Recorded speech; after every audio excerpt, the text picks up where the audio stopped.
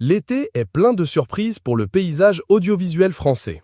En effet, depuis quelques mois, les chaînes de télévision procèdent à de nombreux changements et le mercato ne semble pas prendre fin. Parmi les grandes surprises des derniers mois, la nomination de Léa Salamé au journal de 20h sur France 2. Un événement qui a suscité de nombreuses réactions, bonnes comme mauvaises. Certains la trouvent trop gentille pour ce poste et d'autres pensent qu'il est fait pour elle. Récemment, un de ses vieux amis s'est exprimé sans détour sur son changement de carrière. Plus que quelques semaines avant que Léa Salamé prenne pour la première fois l'antenne du JT de 20h.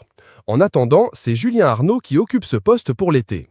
Sur les autres chaînes aussi, la période estivale est synonyme de changement. Ainsi, pour la première fois cet été, Jean-Baptiste Boursier prend les rênes du 20h sur TF1. Dans une interview donnée à Télé Loisirs, cet ami de Léa Salamé est revenu sur sa nomination. Il semble très content pour elle. Mais avant de faire les éloges de la compagne de Raphaël Glucksmann, il est dans un premier temps revenu sur l'éviction d'Anne-Sophie Lapix, qu'il considère comme une super journaliste et intervieweuse et affirme « c'est une fille géniale ». Cependant, il est heureux de voir son ancienne collègue promue à ce poste. « Je suis aussi très content pour Léa, on a échangé un petit message.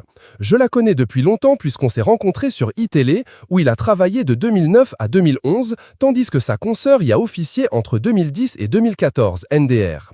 Elle est extrêmement talentueuse. Il a aussi insisté sur la difficulté du métier.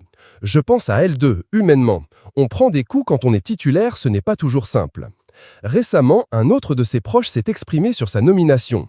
Il s'agit de Christophe Deschavannes, à qui elle avait offert une place de choix dans Quelle époque, avant que ne survienne l'histoire de sa condamnation. Pour conduite sous l'emprise de stupéfiants. Invité sur Diverto le 31 juillet, il s'est réjoui de la voir bientôt à l'antenne du 20h. « Je suis sûr qu'elle va être formidable », avait-il affirmé.